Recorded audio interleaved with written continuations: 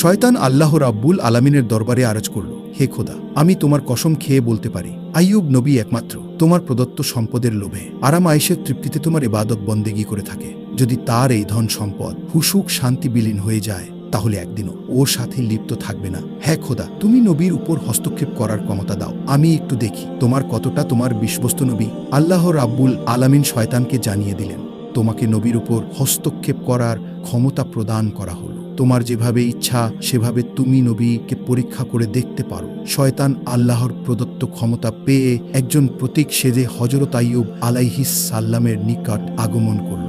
আইয়ুব আলাইহিস সাল্লামের নিকট গিয়ে নিজ দরিদ্রতা প্রকাশ করে শয়তান বলল, হুজুর, আমাকে কয়েকদিন আপনার বাসায় থাকার অনুমতি প্রদান করুন। হযরত আইয়ুব আলাইহিস সাল্লাম লোকটির সম্পর্কে সন্দেহ পোষণ করলেন, কারণ তার শরীর থেকে এক প্রকার তীব্র গন্ধ বের হচ্ছিল। তখন হযরত আইয়ুব আলাইহিস সাল্লাম তার সেই আবেদন নাকচ করে দিয়ে বললেন, আমি তোমাকে কিছু টাকা পয়সা দিচ্ছি, তুমি অন্য কোথাও গিয়ে থাকার ব্যবস্থা করো। শয়তান হযরত আইয়ুব আলাইহিস সাল্লামের এই ব্যবহারে খুবই ক্ষিপ্ত হল, তাই মলিন মুখে সে ফেরত গেল। এরপরে সে চিন্তা করতে লাগলো কিভাবে নবীর ক্ষতি করা যায়। অনেক চিন্তা ভাবনা করে সে স্থির করল যে সে নবীর ফল বাগানে গিয়ে আগুন ধরিয়ে দেবেন। যেই ভাবনা সেই কাজ। একদিন সে নবীর ফল বাগানে আগুন ধরিয়ে দিল। শয়তানের লাগানো আগুনে অনেকগুলি ফল বাগান নষ্ট হয়ে গেল। ফল বাগানের কর্মচারীরা দৌড়ে গিয়ে নবীর কাছে এই খবর পৌঁছালো। তাদের কাছ থেকে এই সংবাদ শুনে হযরত আইয়ুব আলাইহিস সাল্লাম বললেন, আলহামদুলিল্লাহ, আল্লাহর সম্পদ আল্লাহ নিয়ে গেছেন, এতে আমার চিন্তিত হবার কোনো কারণ নেই। শয়তান যখন দেখল হযরত আইয়ুব আলাইহিস সাল্লামের ফল বাগান ধ্বংস করে দেওয়ার পরেও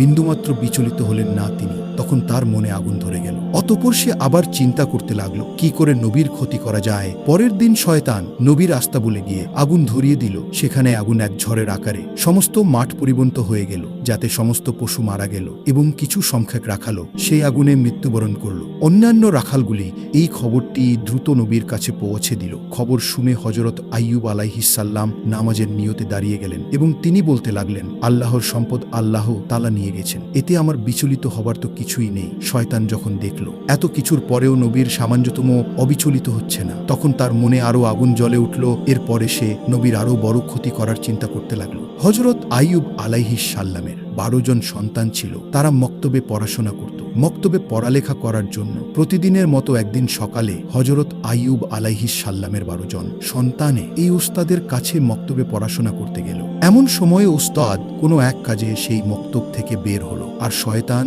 এই সুযোগে সেই মক্তবের ছাদ ধসিয়ে দিল। এতে করে হযরত আইয়ুব আলাইহিস সাল্লামের 12 জন সন্তানের মৃত্যুর মুখে পতিত হলো। মক্তবের উস্তাদ কাঁদতে কাঁদতে গিয়ে হযরত আইয়ুব আলাইহিস সাল্লামকে জানালো, হে আল্লাহর নবী, আমি কোনো এক কাজে মক্তবের বাহিরে গিয়েছিলাম, এর মধ্যেই মক্তবের ছাদ ধসে পড়ে আপনার 12 জন সন্তানের মৃত্যুর মুখে পতিত হয়েছে। ওস্তাদের মুখে কথা শুনে হযরত আইয়ুব আলাইহিস সাল্লাম বললেন, সুবহানাল্লাহ, আলহামদুলিল্লাহ, আল্লাহর সম্পদ আল্লাহ নিয়েছে, এতে আমার বিচলিত হবার কিছুই নেই। শয়তান যখন দেখল সন্তানের মৃত্যুতে হযরত আইয়ুব আলাইহিস সাল্লামের ইমানে মোটেও কমতি আসলো না, তখন সে হিংসায় জলে পুড়ে ছারখার হয়ে যেতে লাগলো এবং সে আরও বড় ক্ষতি করার চিন্তা ভাবনা করতে লাগলো। এদিকে হযরত আইয়ুব আলাইহিস সাল্লামের দুশমনেরা নবীর এই পরীক্ষা দেখে খুব খুশি হলো। নবীর কর্মচারী ও চাকর বাকররা নবীর এই করুণ অবস্থা দেখে যে যেদিকে পারল চলে গেল। নবীর বাড়িঘর, বাগান, আস্তাবল সবকিছু শূন্য হয়ে পড়ে রইল। এই সুযোগে শত্রুরা এসে সবকিছু লুট করতে আরম্ভ করল। বিধ্বস্ত বাড়ির সকল মালামাল তারা নিয়ে গেল। বাগানের বাকি সকল ফল ও ফসল নিয়ে তাদের মধ্যে কাড়াকাড়ি আরম্ভ হলো। এক কথায় হযরত আইয়ুব আলাইহিস সাল্লামের আরাম আয়েশ, সন্তান সন্ততি ও সম্পদ, ধন সম্পদ সকালের মধ্যেই শেষ হয়ে গেল। হযরত আইয়ুব আলাইহিস সাল্লামের 4 জন স্ত্রী ছিল। 3 জন নবীর সঙ্গে ঝগড়া করে এবং তর্ক বিতর্ক করে বিদায় হয়ে গেল। বাকি রইল একমাত্র হযরত রহিমা আলাইহিস সাল্লামের। সব সময় তিনি নবীর সাথে সাথে থাকতেন। দেশের নবীর নবুয়াতের দাবির প্রতি তুচ্ছ তাচ্ছিল ও উপহাস আরম্ভ করে দিল। কেউ কেউ বলল, আইয়ুব যদি আল্লাহর নবী হতো তাহলে তার উপরে এরকম গজব কেন নাজিল হলো? আসলে নবী নয়, মিথ্যে নবুয়াতের দাবির কারণে আল্লাহ তাআলার গজব তার উপর নাজিল হয়েছে। এদিকে নবীর ভক্তদের মধ্যে ভাঙ্গন দেখা দিল। এই অবস্থা দেখে শয়তান তেমন খুশি হতে পারল না, কারণ সবকিছু শেষ হয়ে যাওয়ার পরেও হযরত আইয়ুব আলাইহিস সাল্লামের মধ্যে কোনো পরিবর্তন আসলো না। তিনি ইবাদত ঘরের মধ্যে থেকে পূর্বের ন্যায় একই রকম মনোযোগের সাথে ইবাদত করে যাচ্ছিলেন। তিনি যেন তার এই বিশাল ধ্বংসের কোনো খবরই রাখেন না। অন্যরকম হতাশা বা আফসোসের চিহ্ন মাত্র তার মধ্যে পরিলক্ষিত হচ্ছিল না। লোকজন যাতায়াত করে বলতে লাগলো, হে আইয়ুব, তুমি নবুয়তের দাবি করে সমূলে ধ্বংস হয়ে গেলে। এর চাইতে নবুয়তের দাবি পরিত্যাগ করা তোমার মঙ্গল যোগাচ্ছিল। যেমন দেখো, আমরা নবী না আর গজাবে পতিত হয়নি। এছাড়া লোকেরা নানান ধরনের তুচ্ছ তাচ্ছিল্যমূলক কথা হযরত আইয়ুব আলাইহিস সাল্লামের লক্ষ্য করে বলতে লাগলো। হযরত আইয়ুব আলাইহিস সাল্লাম এই সমস্ত কথার প্রতি আদর ভ্রুক্ষেপ করলেন না। তিনি পূর্বে যতটুকু মানুষের সঙ্গে মেলামেশা করে কাটাতেন তাও সম্পূর্ণরূপে বন্ধ করে দিলেন। এই সব দৃশ্য দেখে শয়তান আর বসে থাকতে পারল না। সে চিন্তা করতে লাগলো কিভাবে নবীর আরো গুরুতর ক্ষতি করা যায়। চিন্তা করতে করতে সে একটি ষড়যন্ত্র আটল। ষড়যন্ত্রে নবীর সাক্ষাৎ প্রার্থী হয় তার নিকট পৌঁছালো এবং নবীর কাছে গিয়ে বলল, হুজুর, আমি আপনার একজন ভক্ত, আপনার কাছে আমার কিছু আর্জি ছিল। এই বলে সে নবীর কাছে কথা বলার ভান করে গেল এবং তার মুখটি নবীর কানের কাছে নিয়ে দুই কানে দুটো ফু দিয়ে বিদায় হয়ে গেল। পরের দিন নবীর শরীরে ফুসকার মতো এক প্রকার ফোড়া উঠে ভরে গেল। তিনি খুব অসুস্থ হয়ে পড়লেন। ইবাদত বন্দেগীতে কিছুটা বিঘ্ন সৃষ্টি হলো। স্ত্রী রহিমা তার সেবা যত্ন করছিলেন। আস্তে আস্তে ফোড়াগুলো বড় হয়ে ক্ষতের সৃষ্টি করল। দীর্ঘদিন এই অবস্থা কাটানোর পরে নবীর শরীরের মাংসের মধ্যে এক প্রকার খিটের দেখা দিল। আরো কয়েকদিন অতিবাহিত হওয়ার পরে নতুন আরো দুরকমের প্রকার সৃষ্টি হলো। এই পোকাগুলো নবীর শরীরের মাংস ও রক্ত খেতে আরম্ভ করল। অন্যদিকে নবীর স্ত্রী জমা করা পয়সা সবকিছু শেষ হয়ে গেল।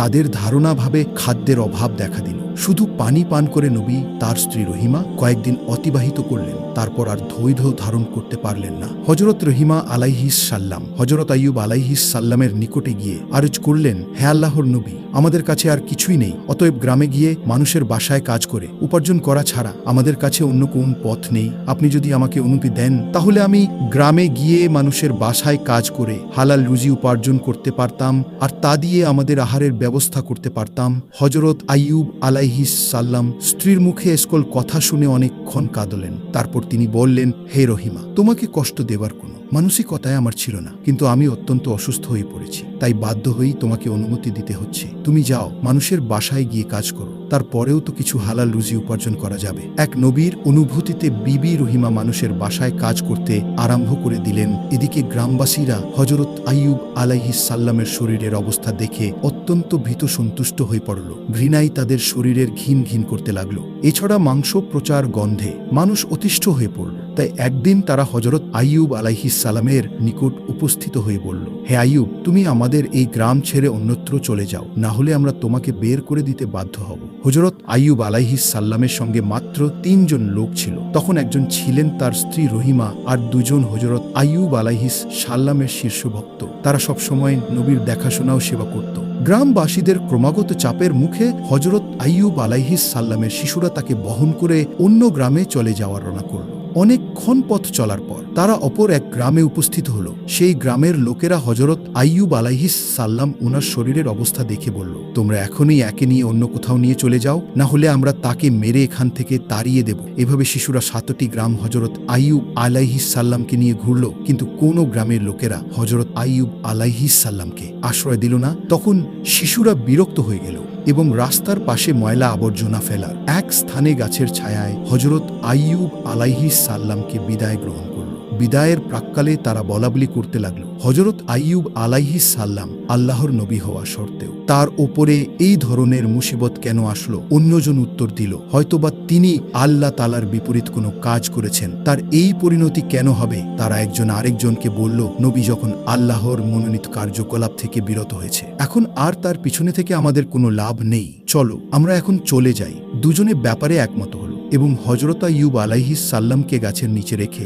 তারা বিদায় গ্রহণ করল। হযরত রহিমা আলাইহিস সাল্লাম হযরত আইয়ুব আলাইহিস সাল্লামকে ছেড়ে যাওয়ার পাত্রী না, তাই তিনি সর্বদা নবীর খেদমতে ব্যস্ত থাকতেন। দিনের কিছু সময়ে মানুষের বাসায় গিয়ে কাজ করে যা সামান্য উপার্জন করতেন, তাদের স্বামীর জন্য সুস্বাদু খাবারের ব্যবস্থা করতেন। এভাবেই দীর্ঘদিন অতিবাহিত হয়ে গেল। হযরত আলাইহিস সাল্লামের কত কীট মরে যায়, আবার কত নতুন ভাবে কত কীটের জন্ম হয়। এভাবে দিন দিনের সংখ্যা বাড়ার ছাড়া আর কমে না। তার শরীরের সামান্য হাড্ডি মাংস ছাড়া আর কিছুই অবশিষ্ট ছিল না।